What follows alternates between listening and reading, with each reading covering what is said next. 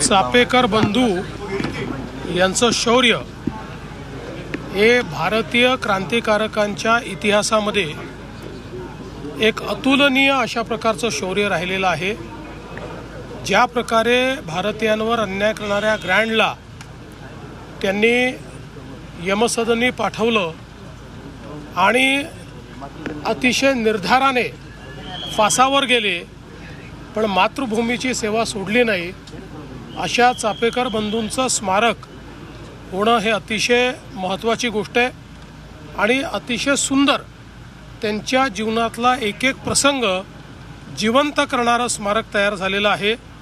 मला असं वाटतं की प्रत्येक शालेय विद्यार्थ्याने हे स्मारक बघितलंच पाहिजे, कारण यातनं खूप मोठी प्रेरणा मिळणार आहे।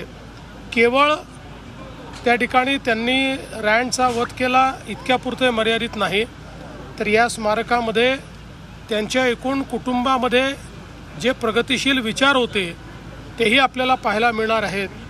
महिलांना किंवा विधवा महिलांना त्या ठिकाणी पूजेचा अधिकार असेल किंवा सतीप्रथेच्या विरोधात जी काही त्यांची मतं होती आणि त्यात त्यांनी जी काही कारवाई केली, या सगळ्या गोष्टी या ठिकाणी पाहायला मिळतील। आणि एकूण जी रचना करण्यात आली आहे त्यात ज्या प्रकारे तंत्रज्ञानाचा उपयोग करण्यात आलेला आहे तो मला असं वाटतं अतिशय सुंदर आहे।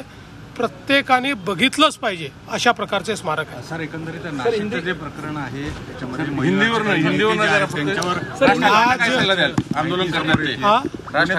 आंदोलन करायचे कालच बोललो याच्यावर, रोजच थोडी बोलायचं। नाशिकचं सर, धन्यवाद सर।